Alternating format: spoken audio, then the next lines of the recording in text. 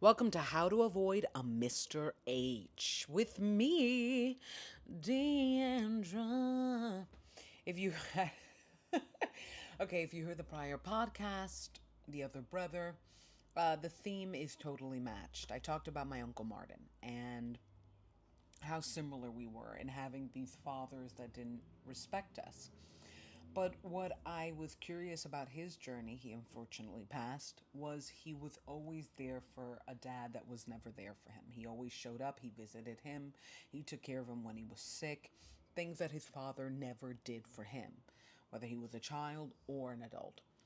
And with Mr. H being a kind of a conglomerate of my father and all the other toxic people, particularly men that have abused me or taken advantage of me, I have to acknowledge and be accountable of how I played a role in their life, or what was my role in my life that allowed them to literally play my life. So the theme of this episode is respect, something that me and Martin never got from our fathers, in part because what I realize a lot of parents do, particularly narcissistic parents like my dad, is that they don't see, they don't love you because they don't see you as something to gain, someone to win over, someone to impress. My father just lied, and tried to convince me at best his lies were real. And one of the ways I knew the relationship was ending was that the lies got worse. Like one Facebook page, and I could prove that he wasn't in Puerto Rico, he was at Applebee's. One Facebook post could prove that. But when the lies got poorer, it meant he stopped. I had lost any semblance of respect because he wasn't respecting my intelligence. He was sloppy.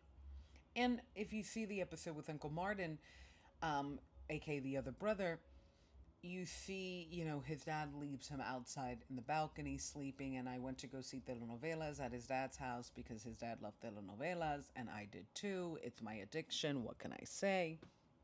And there was Martin sleeping in the balcony, looking at the ceiling like it was the night sky, and he didn't want to buy him a fan because it was hot in Puerto Rico. And he said sleep outside, and he did. And my aunt went to chastise him, and Martin was like, "No, it's okay, it's fine." Long story short, it took me years to realize my dad didn't respect me, honestly. It was something I always felt, but you kind of gaslight yourself, especially because of family, culture, community, history, into kind of thinking there's no way. We have to stick together. We are coming from a people that have been erased, that are always on the brink of extinction, especially as Puerto Ricans. We have to stick together. Like, there's no way a father or a mother doesn't love you. But the truth is, there is a way, because everybody that enters your life is a human being. And my biggest mistake that I have made in a lot of relationships was I confused the love I have for others as their love for me. Like I was the only one in love. I was the only one loving. And I can even say that because I never loved myself. And it's in loving yourself and being able to be alone and kind of hang out with you that you can process what are your boundaries, what are the ways somebody is disrespecting you, which is why it took me so long to accept my father had no respect for me. In part, I was always taught love is love. And I never felt that was necessarily true because love is respect, love is understanding, love is hope, love is healing. And what I wanted to do with these, how to avoid a Mr. H's, to for this be the first disclaimer episode, was do these little worksheets. My friend passed me this idea of kind of creating a worksheet for people to do their homework and get reflective in the comment section or privately, trying to figure out whether they are with somebody that is narcissistic, how they can start the separation process of being with this narcissist, or kind of take accountability for their past with a narcissist. I give a lot of grace to a lot of people because, yes, my father was a narcissist, and I think my situation is kind of when you have a narcissistic parent, you are birthed to be diminished by them almost. But I think that the flaw, like the minute you love somebody more than you love yourself, is you're in a danger zone. You're in an absolute danger zone because it means you don't appreciate you, you don't protect you.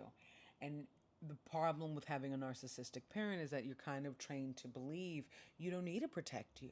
You don't need to have conversations about your needs and wants. That's a parent knows, and you forgive, because especially in Latino culture there can be an overwhelming kind of forgiveness for parents that abandon their kids, but there is no forgiveness for a child that abandons their parents, even if that child was abandoned by their parent.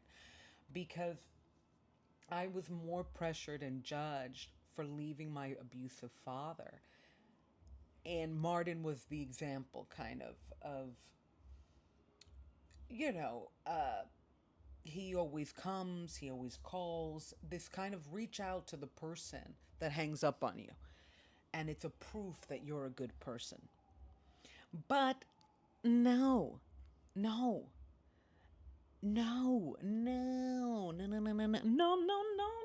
Why? So, what I wanted to do with these questions is kind of ask you sincerely. There's just a few. And remember, we're talking about respect. So these are ways you can see whether somebody respects you or not, or whether you are giving yourself respect in the relationship. Do you find when you're with this person, your self worth or your self confidence declines? I mean, Martin is left in a balcony by his own father because he didn't want to get him a fan. And he knew people would see them. The balcony was open in the caserio. People are going to ask, what's going on? My aunt asked. I asked. And his father felt no shame, no sense of he wasn't embarrassed that everybody was asking him, and he wasn't embarrassed or even cognizant that his son could feel shame. And if you find yourself, and it's something that I talk about a lot in Daddy Recovery, in these relationships where you're verbally, psychologically, emotionally, and God forbid, physically being abused by someone to the point where your confidence might as well have a funeral being held for it this Sunday, you are not in a relationship where somebody respects you. And if they don't respect you, they don't love you. They do not love you. The question is, why don't you love you? Because they are disrespecting you. They are a manifestation of the lack of respect you don't hold for yourself. They are chipping away at somebody who is already a pebble, not even a boulder, a pebble in terms of self esteem. So, what's going on, kiddo? Have you ever, so this is the second question about respect, have you ever doubted your sense of reality after holding a conversation with them?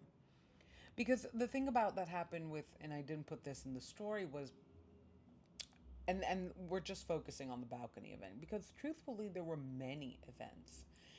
Um, it was kind of like I thought, did somebody leave the gas on because it's lighting up? Like there was so much gaslighting. It was taken so lighthearted, and this guy, and I feel you're in a toxic partnership or family when you see something wrong and it's taken so lighthearted, you almost doubt that it's wrong. You're like, is it me?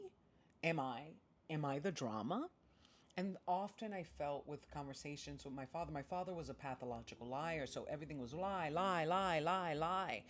And by the end of conversations with him, I either felt super drained and almost resigned, or I felt like, especially when I was a younger girl, because that's the thing, you grow up. I, as a child, I was like, well, maybe it didn't happen. Maybe he didn't call me stupid, you know?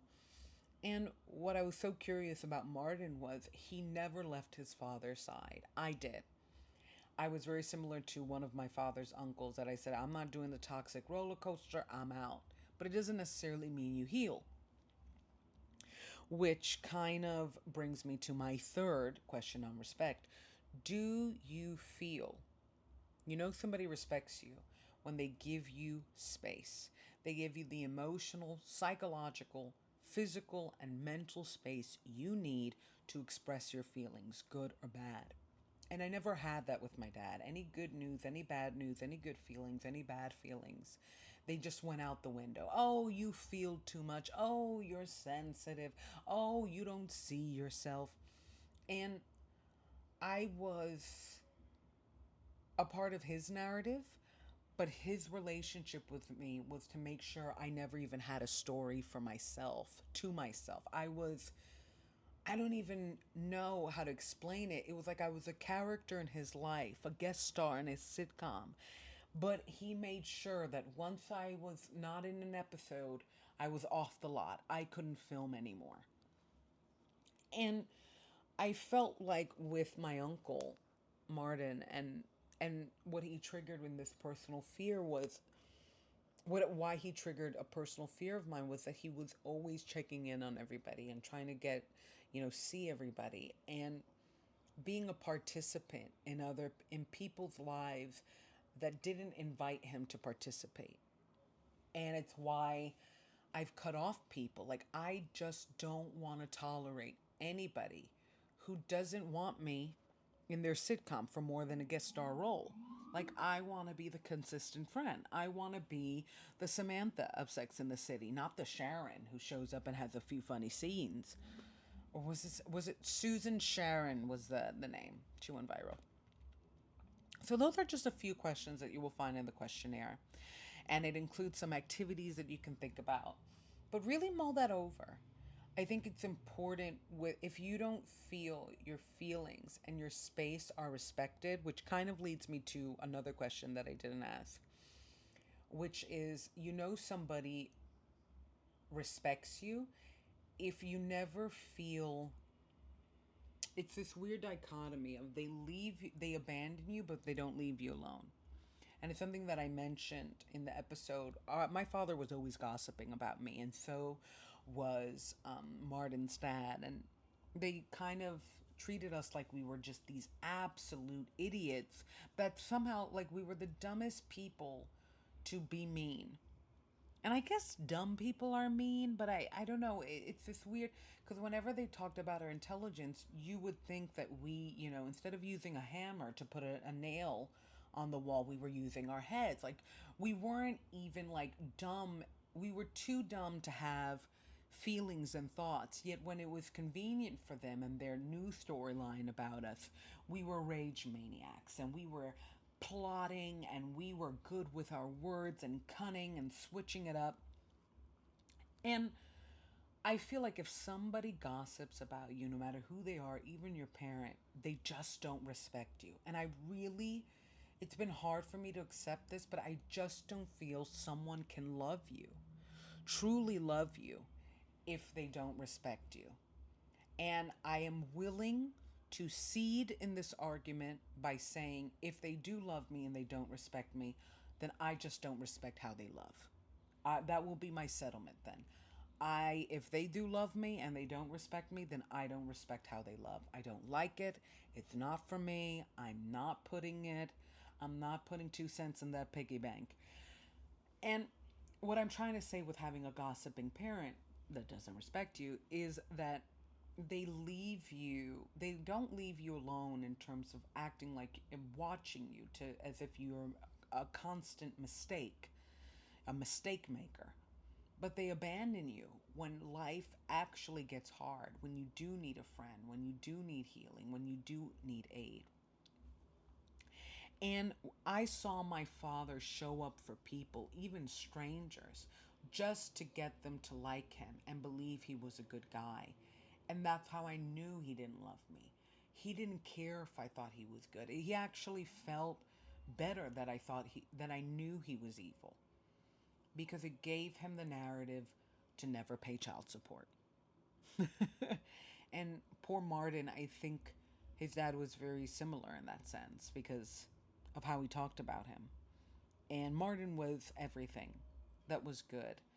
And I really hope that in the next life, in the afterlife, in heaven, that that does count as much as Martin thought it did.